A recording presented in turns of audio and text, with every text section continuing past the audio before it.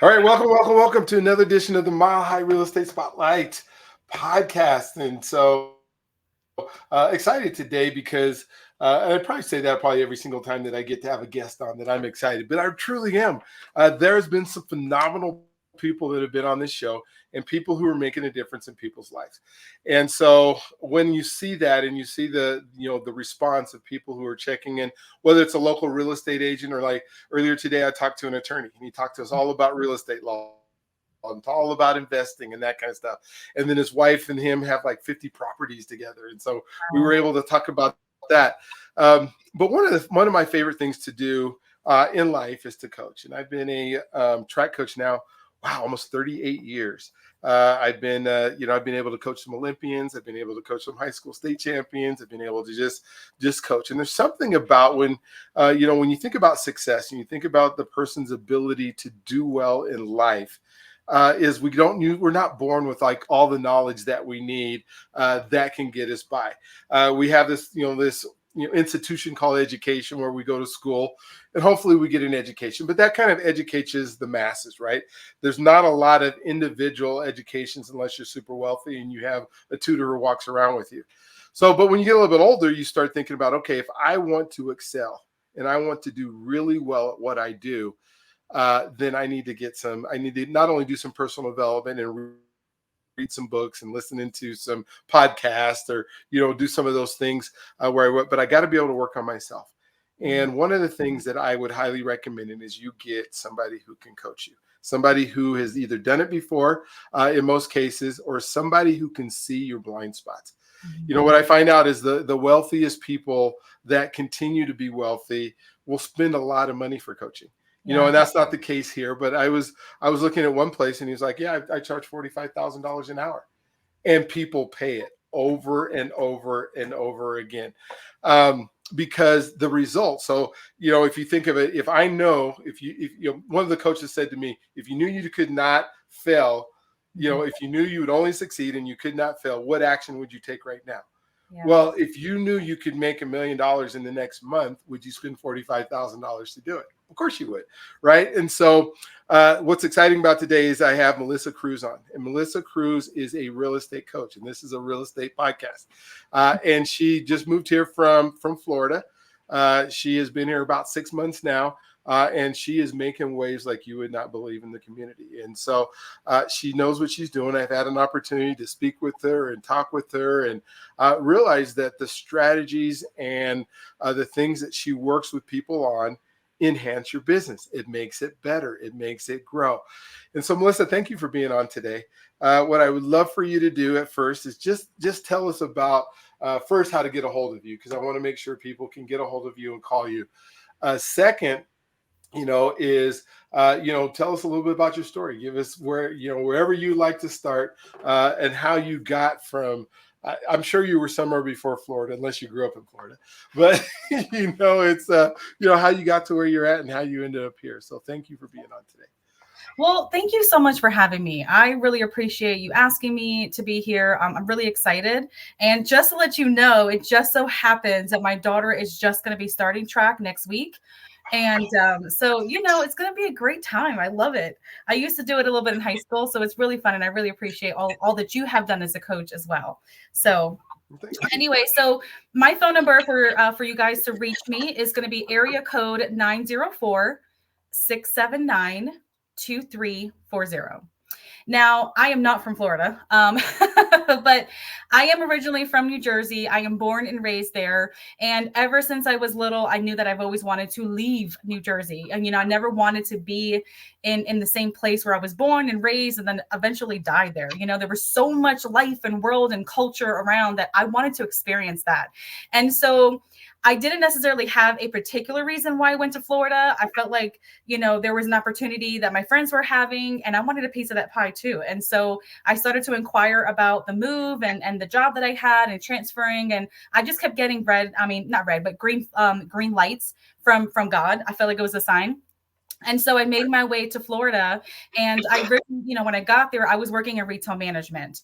My spouse, came down a year later, and we shortly started our family. And that is why I ended up transitioning into real estate. I had my kids back to back, and I did not want the day to come where I was going to be told, well, we need you to choose your family or your job.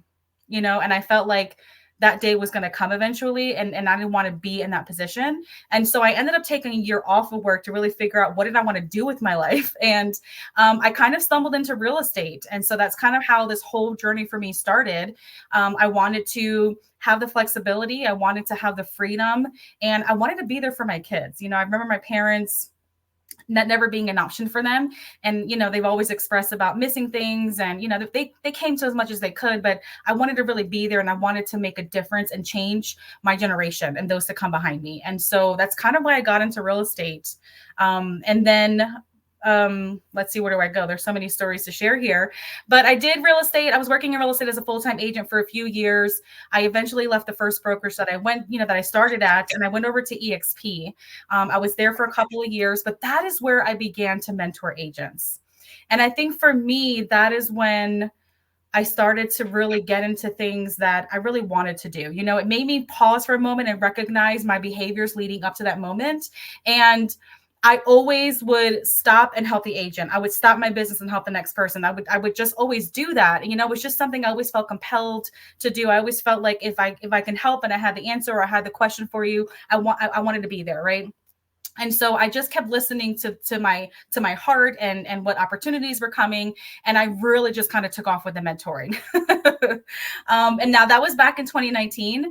Of course, then 2020 happened, the whole world shut down, and I had a decision to make that year. So, my kids were in elementary school. I mean, they're still elementary age, now, but I had to be mom and I had to be teacher, like all day, and which meant that I no longer had all day to work real estate and make this work and figure it out. And so I made a decision that year that if I wanted to make this work for me and I wanted to stay in this industry, I'm going to give to everybody else because I just can't do it. Like if I can pour into everybody else and help other people find success, that I would find my own success. And that's kind of how that started. That's what happened. And it's blossomed over the years to now becoming a full-time coach.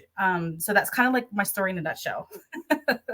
Oh, I love it. I love it. And just the fact that you kind of found your lane, and what you find is if you're good at what you do, and you love doing it, it's okay to get paid for it, right? And so you're spending all this time, not probably even to the detriment of your own business, Yeah. because you're helping all these other people succeed, and then realizing, hey, this is something that I could do and I could do well.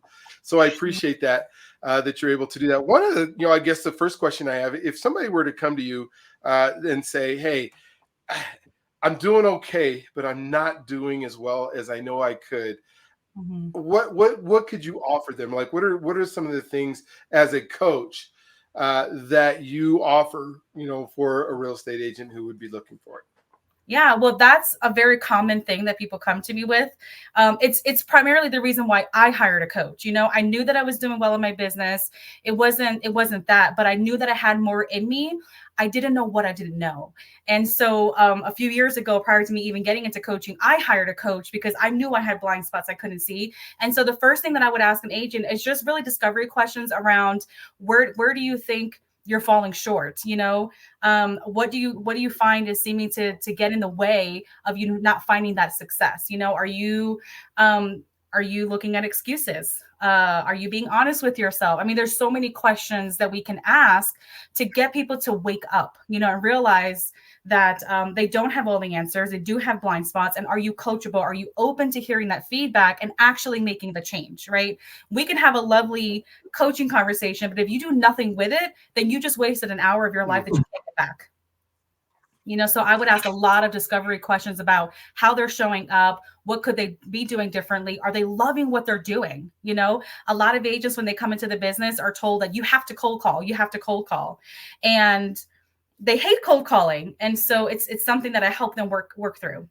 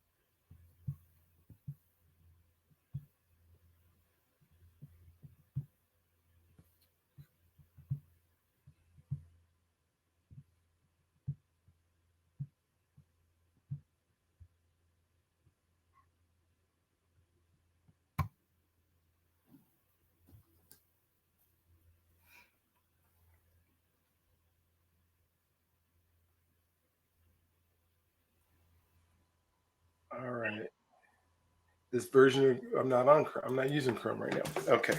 So at least I don't think I'm using Chrome. Can you still hear me? Yes, I can. All right. Sorry about that. So Okay. fortunately, it's still recording. So whatever you said, I'll cut out. That's the Okay. beauty of not being live.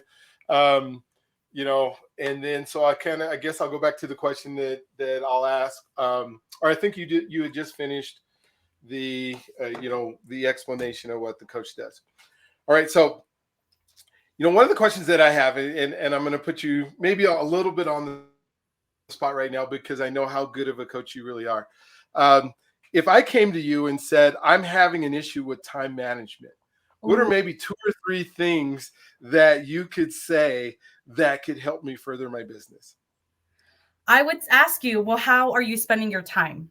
Like, literally, how are you spending your time? And I want to hear the things that you think are productive versus being busy, right? It's like, I want to know, what is your definition of busy versus being productive?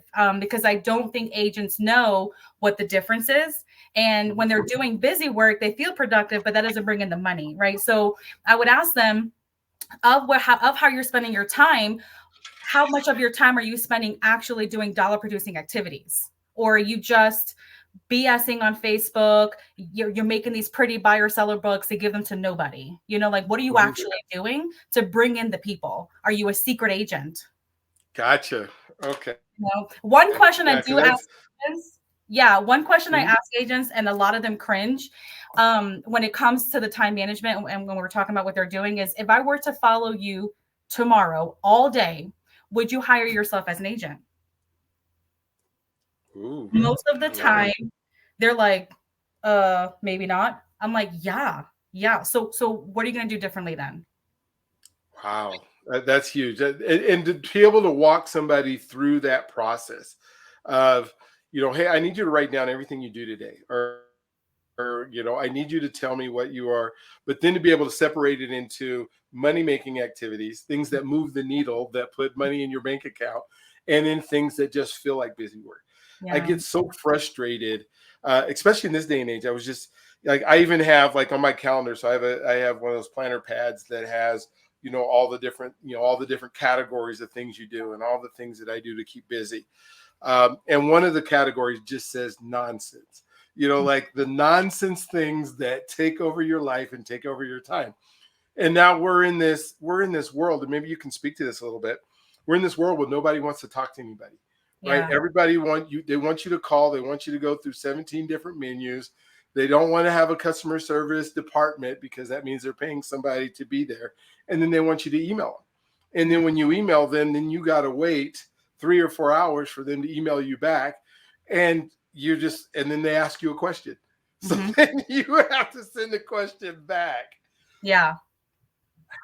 How do you help people see? I guess I mean maybe just answer that whole question on time on finding those things, activities, and then how do you focus on them without that nonsense category that Yeah. seems to pop up so often? Yeah. Well, I tell people, I'm like, first of all, we're grown-ups, okay? You are not going to change. And we all face distractions. Just own it, right? If you are someone that after an hour's worth of work of dedicated, focused time, you need to BS for like 15 minutes, then put it on the calendar. No one is judging you for needing a mental break, but put it on your calendar, give yourself 15 minutes so you can BS, you can scroll, you can do whatever the hell it is that you want to do, and then get your ass back to work. Like, there's no excuse. Mhm. Like, we are who we are. None of us get away from the distractions. Like, every once in a while, we need a freaking break. Take the break, put it on your calendar, just own it and give yourself Mhm. grace that we're not perfect people, right? But build your calendar and your life around who you are and how you show up. That's the best way I feel like I see agents find success, is when they can have an honest conversation about who they are, how they show up, and how can they build their business around that. Now, that Gotcha. doesn't mean that they get away from making sacrifices, right? Like, everybody has to make certain sacrifices to get to where they want to go, but it also is not an excuse. Everybody has to figure out what that looks like, and it's going to take time to figure that piece out. One thing I love to ask agents when they give me these BS excuses is, what does customer service mean to you? How do Ooh. you know when you've received exceptional customer service? Why do you continue to shop and eat and go to the same places over and over again? What is it? How do they keep you coming back, right? You want to mimic and create that for your business. Why do people want to work with you? What is the experience they're going to get by coming into your world? We're not selling a product. Granted, yes, we're selling a house, but we're providing a service for people, and that comes with a certain level of customer service that you either need to get on the bandwidth and get on it, or get the hell out. Like, we're in a people business. There is no way of getting around it. There are people that are introverts and still find a way to build success in real estate. There's no excuse. Oh man, that's so good. One of the things that I hear from real estate agents all the time, because I'm doing this podcast, right? So I'm asking them what their superpower is, what makes them an exceptional agent. Time and time again, they tell me I love helping people. Yeah. And when I want to dive deep into what does that mean? What does it mean to help people? If somebody comes to you and says, hey, I love being a real estate agent because I get to help people. Mm-hmm. How do you help them through? Okay, there's helping people, and then there's helping people, where you're helping them get to that final goal or that final end, or because sometimes I feel like it may be just sometimes an excuse to say, I'm saying that because I want to go make money, because the actions that they're taking, and like you just said with customer service, is an incongruency with the help, what I would consider helping people. Does anybody ever come to you and come out with that? I just really love helping people, but then when you ask an agent, why did you get into real estate? A lot of times they say that, well, I like helping people. Okay, well, awesome. So does every other agent. What makes you different? Like, what makes you really stand out? As being a coach, and I've done, I'm in the middle of almost getting my certification with the ICF. We were challenged to discuss our why and to go layers and layers and layers deep. So oftentimes I'll tell an agent, I love that you like to help people, but why, right? And when they answer why after helping people, then I take that why and make that a question, and then keep interrogating it, and until we get down to the root of what really makes your heart tick. Like, what truly is it about helping people that makes your life better? Because it's not just about helping people, right? You can help everybody and get freaking nowhere. Exactly. You could spend. Yeah. I mean, so it's like, like, what boundaries do you have set in place? What standards do you have set for people to follow? Do you respect yourself in your time? How do you help yourself before you go helping everybody else? Agents don't do that. They don't think about it. They're always the last one on the totem pole. And I'm like, yeah, but you're pouring your heart and your soul and helping everybody else all day. How are you doing that for yourself before you get to do that all day? So it's much deeper than that surface level. Like, I mean, I love it, but it's just not enough. It's not deep enough. Yeah, it truly isn't. And so when you're coaching somebody, like, one of the things that I've realized in coaching some tremendous athletes is I've developed, like, let's say it's high jump, and I've coached Olympic champion high jumper, and then I've coached other folks, and so I say there are qualities that I can say, this is what makes a good high jumper. These are things that you have to aspire to. These are some things that you have to do. But at the same time, so when I think about real estate agents, and I think about what you're coaching to, because you're coaching to this, what makes a great real estate agent. Yeah. What are some of those qualities that you can say, hey, if you start from scratch and I work with you, these are the qualities we're going to work on, because success leaves clues. Successful agents do this, this, and this, and this. So maybe just kind of walk through some of those things that you coach to. Not that everybody shows up that way, but that you can help them get there. Yeah. Well, first, I look for people who are coachable, people who have the right mindset. And I look for people that are open to exploring the journey of life with themselves.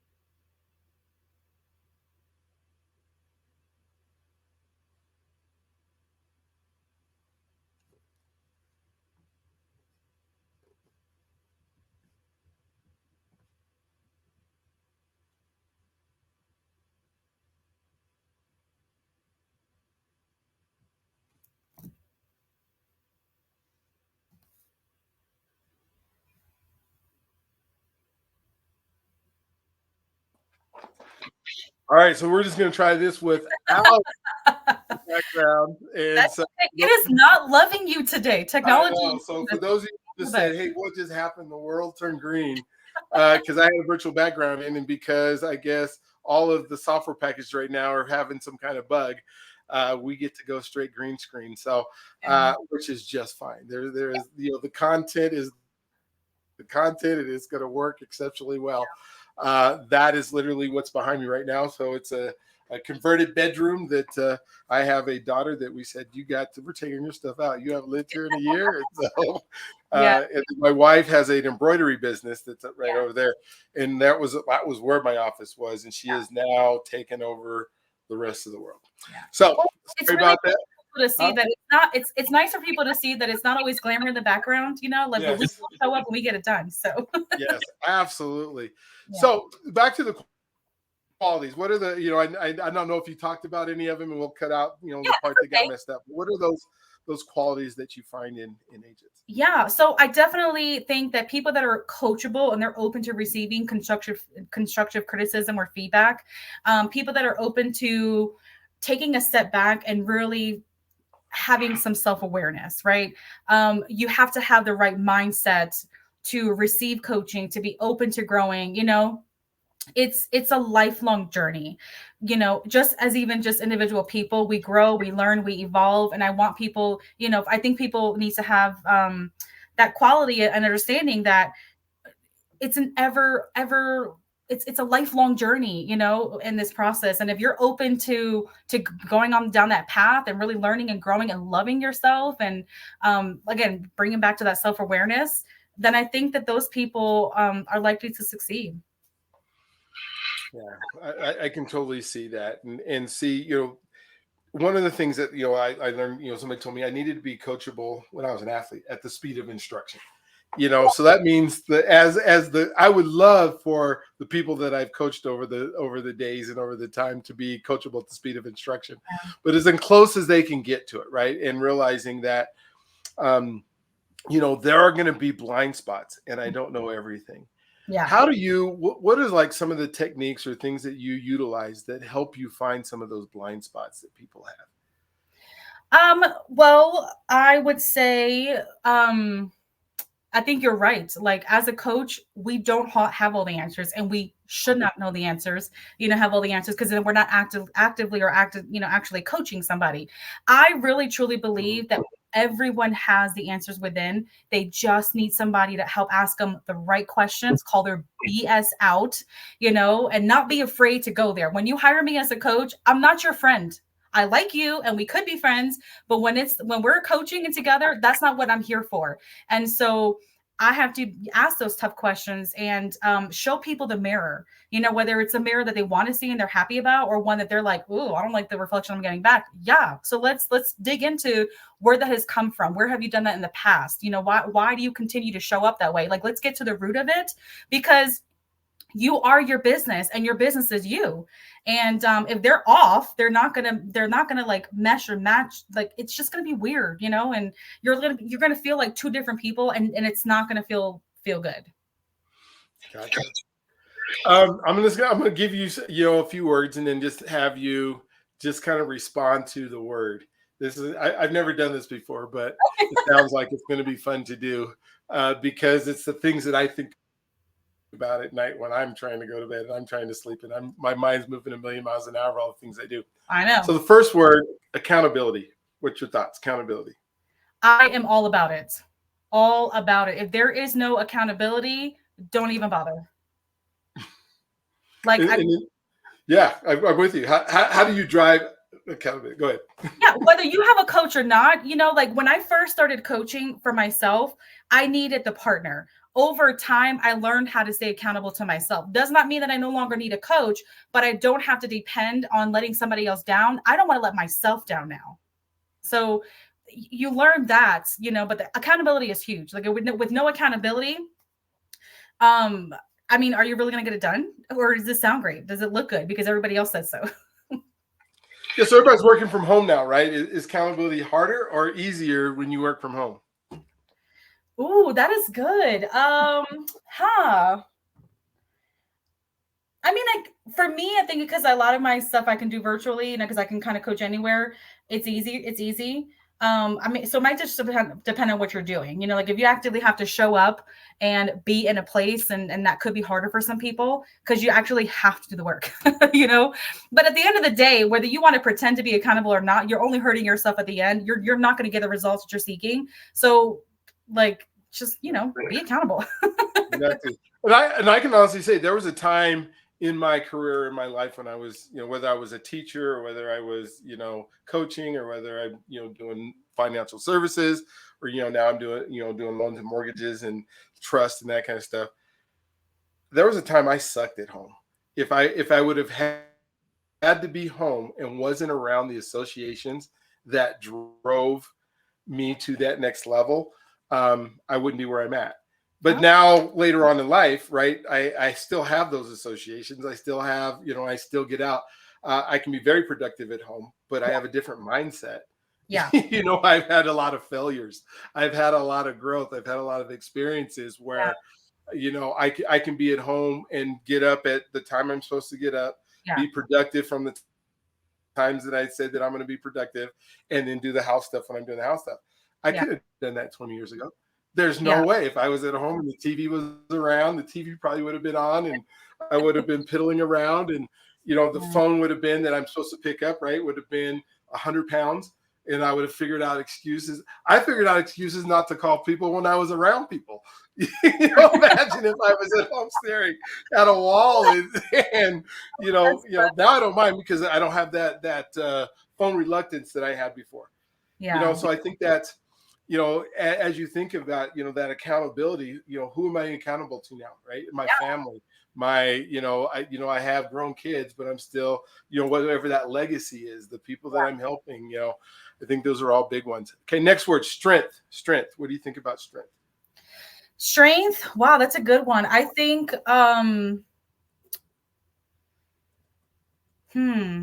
that's a good one. Strength.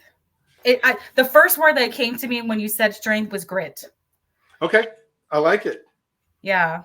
That's a really good one. Because that's what develops strength, right? It's strength is, or being strong is a muscle. It's something that isn't something you start out with. It's something you develop, right? Yeah, but it's also strength when you can admit to what your weaknesses are, right? Again, no one's expecting to be perfect, but if you can have enough strength and enough confidence in yourself to say, I'm good at this, but I really suck at that, I find that to be powerful, right? Because I like for agents to focus on their strengths and what they're really good at. So I give them things and exercises to learn more about themselves, right? Versus the weaknesses, because the weaknesses I can leverage all freaking day long. Like I could find you a VA, I could find you an assistant, I could find you, like we could find the people to do the things you need, but to spend the time to work on that stuff that really you probably hate because you suck at it is a real waste of time and a real joy sucker. And so I find it for people if people can admit to what their weaknesses are, that is real strength. Oh, I love it. I love it. Next word, associations. Ooh, watch who is in your circle. If they are not cheering for you, kick their asses out. I learned that. So I'm laughing, but I learned that lesson in my 20s. And I'm so grateful that I learned it in that era of my life because I don't tolerate it now. Like I had that period in my life. I had a lot of negativity around me, or a lot of people that were just sucking on what I was trying to do, and it was bringing me down. And so there was a period where I just cut everybody off. I cut everybody out, and I just did me for 2 years. I didn't talk to anybody. Like I just focused on that. And I'm very, very careful with who I bring in because it will kill everything you've got going on. So the people that you associate with, if you're not finding success, I would look around. Who do you have close to you? Are they broke? Are they doing stuff to really grow in their lives? Or are they telling the same freaking stories y'all were telling 20 freaking years ago? Go find new friends. Go find people who are where you want to be and associate with those kinds of people. I love it. I love it. Associations. Who you are is based on who you hang around with and who you have associations with. And if you want that next level, you need to associate with people in that next level. I love it. Okay, I'll do one more question, and then we can just kind of finish this up. But the gratitude. Every day. Gratitude every day. not every day is going to be sunshine and rainbows. Not every day do I wake up and I'm like, oh yeah, I get to coach. I mean, I love what I get to do, but there's just days that are hard. And there's days that you're like, oh, I'm so exhausted. Like you have all the excuses, right? But it goes back to being grateful, right? I don't have to do this. I get to do this. It's changing those little words in your world and learning how to be grateful for more than just the sun, waking up, for having food, water, and shelter, like really digging deep to find what you're really grateful for, and showing appreciation for those kinds of things, I think is really huge, and it makes a difference. There's a book that I read every summer, and it reminds me to be grateful to my spouse, to be grateful for myself, to be grateful for this journey that I'm on, even though I'm not where I want to be. It's okay, but I'm so grateful for this journey and the path and what God has given me, that I can now take and run with. I'm just, it keeps me going every day. Awesome.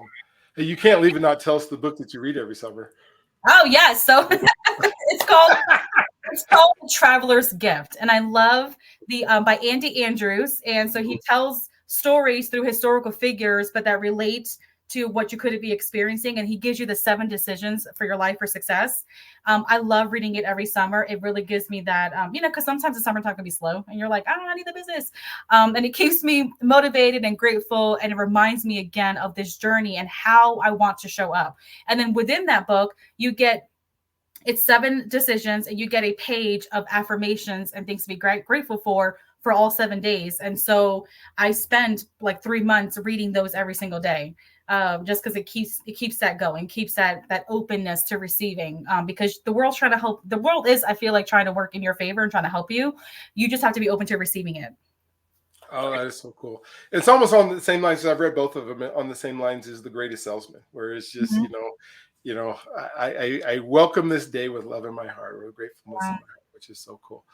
Hey, so thank you again. I just actually wrote a book. It's going to come out in April. It's exciting. It's on overthinking. It's called "There Is No Tiger." I just came up with the title of it, and it's all about overthinking. And so I can't wait for, I hope that I do it justice with some of those words and those things that are in there. But I'm excited to see where it goes. Please tell everybody how to get a hold of you again, so we can make sure that they call you, because it is worth it. I'm telling you, people. Yeah. Thank you. You need to have a coach, and you need to have one that knows what they're doing. Yeah. There's a whole lot of people out there saying, I'll coach you, and then you're still broke, right? Yeah, so exactly. Very true. Well, first you need to know when the book comes out so I can get a copy. And okay. Everybody, you guys can call me, text me at 904-679-2340 is the best way. All right. So any closing thoughts, anything you would love for everybody to know that would just be super special for people to walk away with? Yeah, I want people to just know that they are whole, and they're resourceful, and they're needed, and they're appreciated, and they are doing the work. And just give yourself grace, give yourself time, find the right people to surround yourself with that are going to help you get to where you want to go. And you got this. That's cool. So yes, you got this, you got this, you got this. So one of the things that I always say, or 3 things that I say at the end of every single one of the show, is 1, you can do this. Mm-hmm. Whatever it is, whether you are a person who is trying to acquire real estate, or you're a person who sells real estate, or you're like me in the lending side of it, where you're working on making sure that you're able to help people. You can do this. Don't give up. Don't stop.